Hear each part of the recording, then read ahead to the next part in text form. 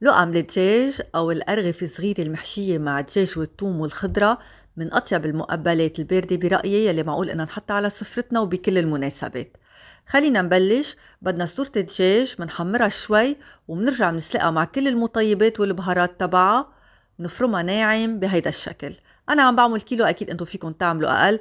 من بعد ما يسقعوا كتير منيح منضيف فوقن كبيس الخيار المفروم ناعم، الجزر المبشور، الذرة والخس كمان المفروم ناعم. بالنسبة للكميات بتزيدوا أو بتنقصوا يلي بتحبوه ويلي بتفضلوا.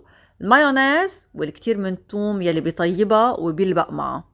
بهار أبيض نخفقهم كتير منيح، وهيك حشوتنا بتكون صار جاهزة عنا لنحطها بالأرغفة تبعنا. بالنسبة للخبز بيكونوا متوفرين بهيدا الشهر بالتحديد بكتير من الأفران، يعني بتلاقوهم بكل سهولة أو بتوصوا عليهم. صراحة أسهل من إنكم تعملوهم بالبيت. منقصهم منحشيهم مثل ما عم بتشوفوا، وهيك بيكونوا صاروا جاهزين عنا. ولا أطيب من هيك. أكيد بنصحكم إنكم تجربوهم. ما تنسوا تبعتولي الصور وتطبيقاتكم. فيكم تستبدلوا صورة الدجاج مع أي قسم من الدجاج أنتم بتفضلوه، أو مع التونة وبدل التوم بتحطوا عصير الحامض. جربوها وخبروني، وعقبال كل سنة يا رب.